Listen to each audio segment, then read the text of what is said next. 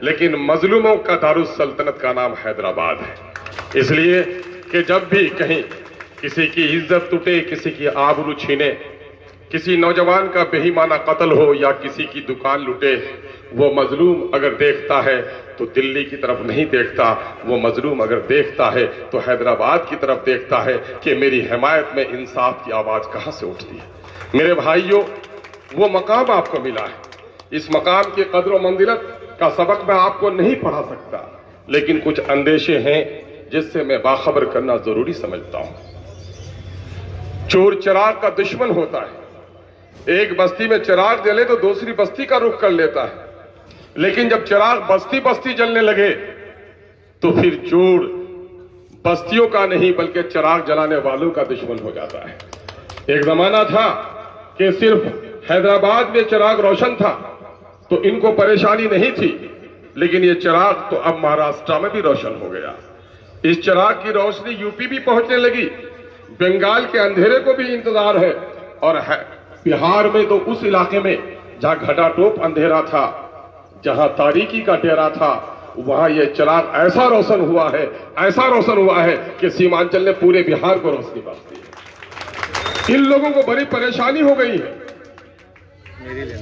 کہ قیادت کی اونچی کرسی پہ تو نہیں بیٹھا ہے، دلی کی سلطنت پر تو نہیں بیٹھا ہے، لیکن مظلوموں کے، اقلیتوں اور دلتوں کے دل پہ اس شخص نے اپنا مقام حاصل کر لیا ہے. یہی وجہ ہے کہ دلی سے کرسی کے سوداگر اور گجرات سے نفرت کے سوداگروں نے آپ کی بستی میں ناپاک قدم بڑھانے کی ایک ناپاک کوشش کی ہے. آپ کو ہوشیار اور خبردار ہونے کی ضرورت ہے. میں اس وقت جو یہاں آیا ہوں 2200 کلومیٹر کی دوری سے صرف یہ فریاد کرنے کے لیے آیا ہوں کہ آپ نے جو پودا یہاں روپا تھا، جس پودے کی آپ نے آبیاری کری اور پھر وہ درخت بنا، ایک شجر سایہ دار ایسا بنا کہ ظلم کی تپش سے جب بھی لوگوں نے پناہ چاہی تو اس کے سائے میں جگہ پائی. اور آج اس درخت کی ٹہنیاں اتنی پھیل رہی ہیں کہ پورے ملک کے مظلوم اس کے سائے میں آنے کے لیے بےتاب اور بے قرار ہے. حیدرآباد کے مکینوں، یہ بڑی ذمہ داری ہے آپ کی. درخت کی ٹہنیاں دور تک پھیلتی ہیں اور ٹہنیوں کے بالمقابل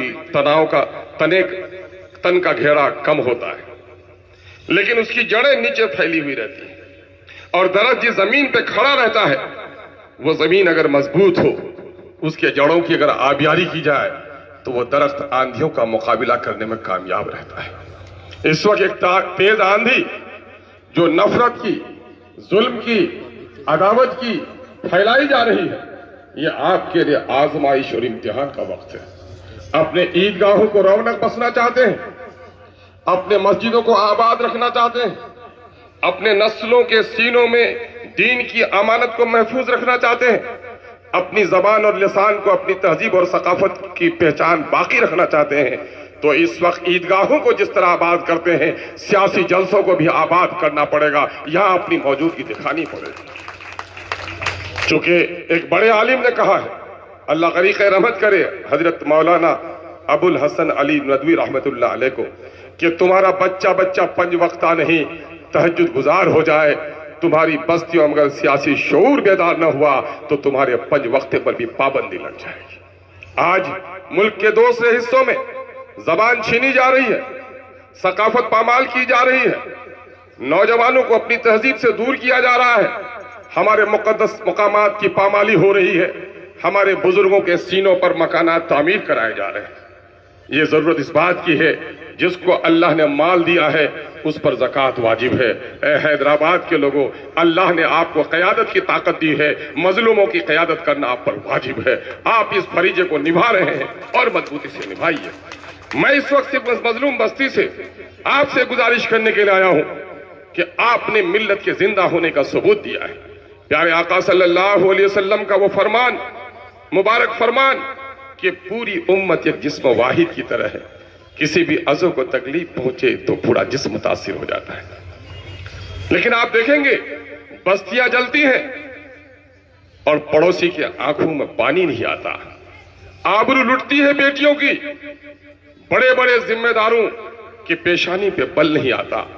تو پیارے آقا کی حدیث زندہ انسانوں کے لیے ہے، جس کا ضمیر مر گیا ہے اس کے لیے شاید نہیں ہے۔ آپ نے دیکھا ہوگا لقوے میں پڑا جو جسم ہوتا ہے، اس حصے کو اگر آپ کاٹے بھی تو زیادہ چبھن محسوس نہیں ہوتی، اگر روح نکل جائے تو پھر بازو بھی کاٹ لے تو آنکھوں میں پانی نہیں آتا۔ زندہ ملت ہوتی ہے، ملت کی پریشانی سے بے قرار ہوتی ہے۔ حیدرآباد کے لوگوں، آپ نے زندگی کا بڑا ثبوت دیا ہے، آپ کے سیمانچل کے لوگوں کے درد کو آپ نے محسوس کیا ہے۔ یہ زندگی، یہ توانائی جو آپ کی ہے، یہ اللہ کا بڑا کرم ہے کہ یہ نکتہ سیکھا میں نے بوالحسن سے کہ جاں مرتی نہیں مرگے جسم سے، چمک سورج میں کیا باقی رہے گی، بیزار ہو اگر وہ اپنی کرن سے۔ اگر کرن سے بیزار ہو تو سورج میں توانائی باقی نہیں رہ سکتی، اور جو ملت درد سے بے نیاز ہو وہ پھر ملت نہیں رہتی۔ آپ نے پورے ملک کے درد کو اپنے سینے میں سمیٹا ہے۔ آپ نے نہ صرف مسلمانوں کے بلکہ بحیثیت آدم کے، آدم زادوں کے تکلیف کو آپ نے گوارا کیا ہے۔ روہت بیمولا کی آواز جس توانائی کے ساتھ بیرسٹر جناب اسد الدین اویسی صاحب نے اٹھایا ہے، پارلیمنٹ میں کسی کے باپ کی مجال نہیں ہو سکی کہ دلت کی آواز اس انداز سے اٹھائے۔ آپ کو یہ غیرت دی ہے اللہ نے، آپ کو یہ عزت بخشی ہے۔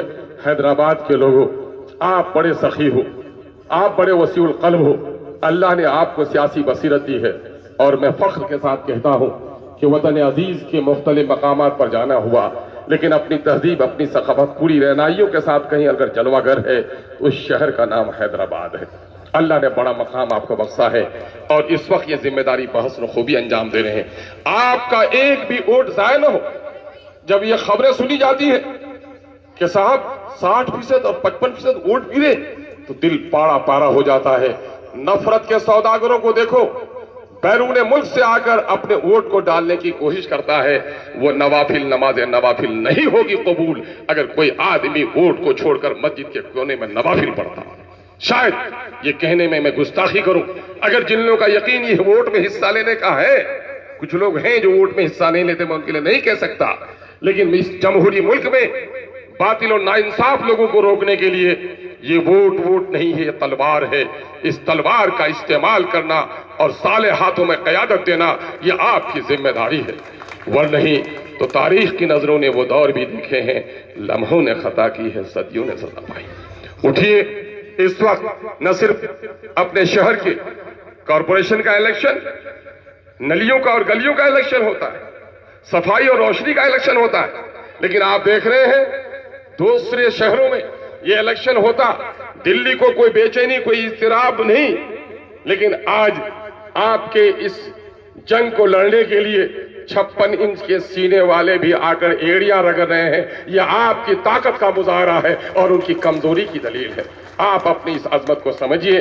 میں امید کرتا ہوں کہ آپ کے ایک ایک ووٹ کا استعمال اس ملک کی سالمیت کے لیے، آپ کے ایک ایک ووٹ کا استعمال آپ کی گلی اور آپ کی نلیوں کی تعمیر کے لیے نہیں، بلکہ اس وقت پورے ملک میں عدل و انصاف کے قیام کے لیے توانائی بخشنے والا آپ کا ووٹ ہوگا۔ اپنے ووٹ کا استعمال کیجئے۔ اور ایک بات اور کہنے کی حماقت کر رہا ہوں، معاف کیجئے گا، ایک بڑے عالم نے کہا ووٹ امانت ہے اور وہ حقدار ہے اس کے ہاتھ میں ووٹ دو جو اہل امانت ہے۔ ووٹ وکالت ہے کہ جو جن کو درست سمجھو اس کے لیے وکالت کرو، اور ووٹ شہادت بھی ہے کہ اللہ کے ہاں کل جواب دینا ہوگا کہ کسی باطل کے ہاتھ میں تلوار دے کر تم نے سماج میں ظلم کا اضافہ تو نہیں کیا۔ اس لیے اس ذمہ داری کو ادا کیجئے۔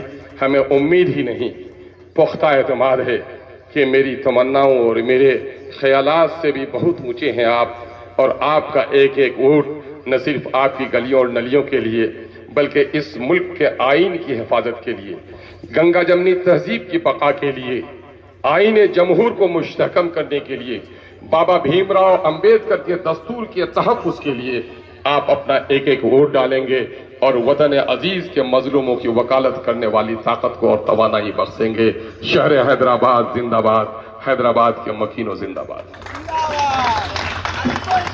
جناب سرفراز صاحب، نمائندہ کارپوریٹر احمد نگر جناب اختر علی مان صاحب کے گلپوشی کر رہے ہیں، اور جناب موسیٰ صاحب آصف نگر، دیگر بہار سے آنے والے ہمارے مہمان ایم ایل اے کا